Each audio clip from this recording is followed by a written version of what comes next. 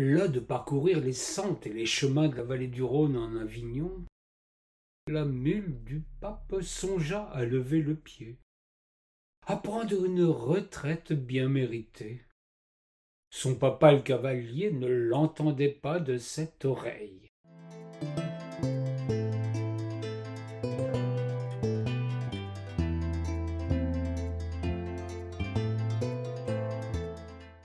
Il aimait tout particulièrement sa compagnie, qu'il préférait de loin à tous ces gens de la curie. Bonne bête, notre Tristé, car le pape Clément l'avait affublé de ce curieux patronyme qui ne poussait guère à la bonne humeur, désirait par-dessus tout prendre du repos, trouver une région plus propice à la méditation et à la contemplation. Son maître était un curieux personnage, montant sur son dos pour prendre un peu de hauteur, afin de songer à sa prochaine encyclique, ou pour réfléchir à une nouvelle bulle pontificale.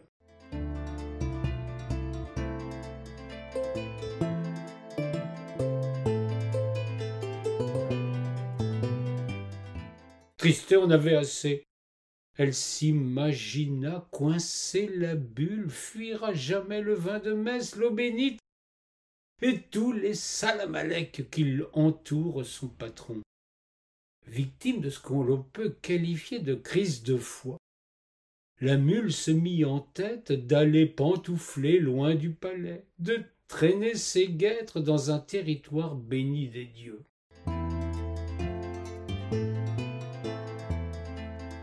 Une réflexion lui mut la puce à l'oreille émanant de deux mauvaises personnes.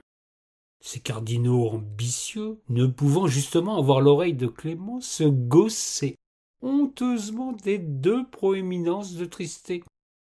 Ils prétendaient que la mule disposait là de deux antennes qui pointaient directement vers le Saint-Esprit. Vous imaginez aisément la rouerie de pareilles réflexions qui humiliaient notre gentille bourrique, tout en étant peu amène pour le saint homme.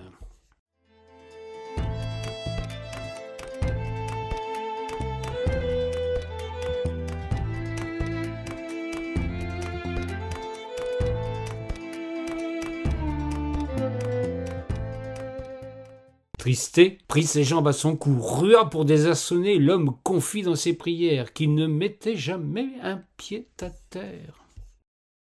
Libre de ses mouvements, la mule venait de faire apostasie tonitruante. Libérée de son fardeau, on eût dit qu'elle avait le feu au derrière, à moins que ce ne fût le diable dans son sillage. Elle fila à toutes pattes vers une retraite bien méritée. Abreuvée au vin de messe, elle songea que pour finir ses jours, une région viticole lui conserverait ce bonheur incomparable de parcourir les vignes à la condition qu'on n'y fît point une boisson consacrée. C'est naturellement vers le cognac qu'elle jeta son dévolu, espérant ainsi gagner quelques degrés dans la béatitude.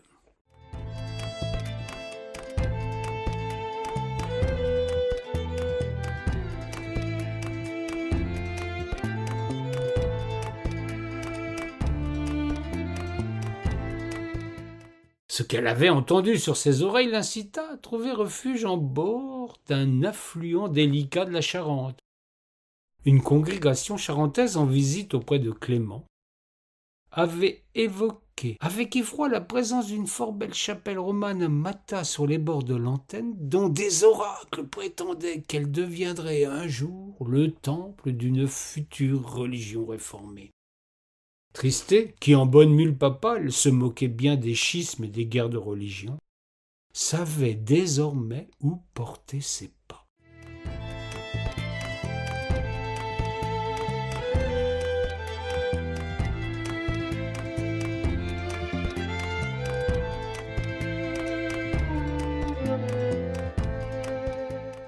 Mata sera son havre de paix.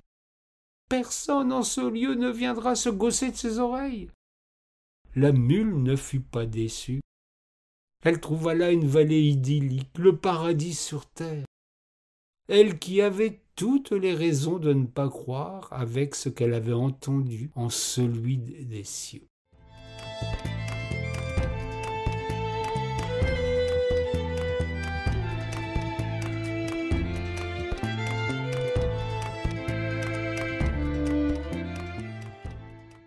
Tristée alla voir le maréchal ferrant de l'endroit. Il y avait là un travail de fort belle facture. Elle se mit dans la tête de mule l'envie de retirer les fers qu'elle avait depuis toujours aux pieds.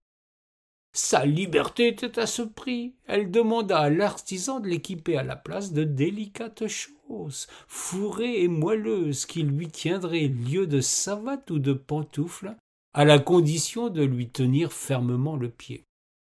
L'artisan, fort de ce cahier des charges, se mit en réflexion.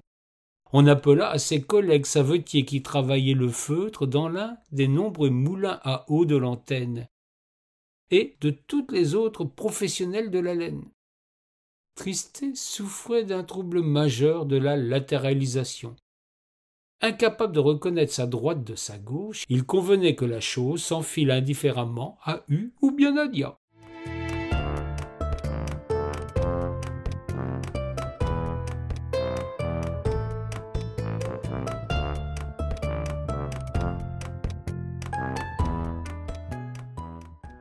La collaboration de tous ces merveilleux artistes du quotidien donna toute satisfaction à notre Tristet, qui se vit chaussé de 4 trésors de confort, des chaussons si plaisants que la mule ne les quitta plus jamais. Les Charentaises venaient de voir le jour sans que l'histoire ne retint cet épisode lointain.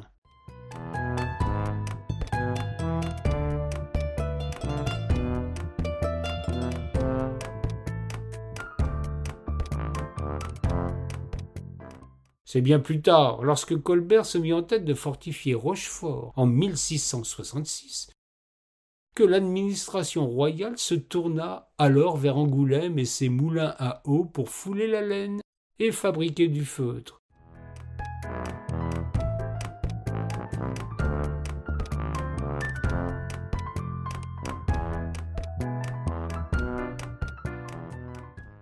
Les chutes et les rebuts de feutre des pèlerines de la marine royale étaient recyclés par les cordonniers savetiers pour fabriquer les premières charentaises officielles, qui sont noires, le dessus en laine, la semelle en feutre, sans pied droit ni pied gauche, pour en faire durer l'usage.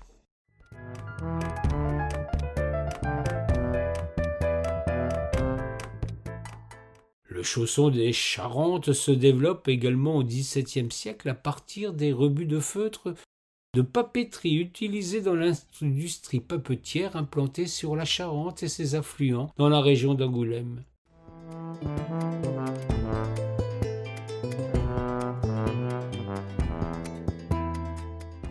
L'antenne et le cognacet se virent ainsi privés de cette formidable invention.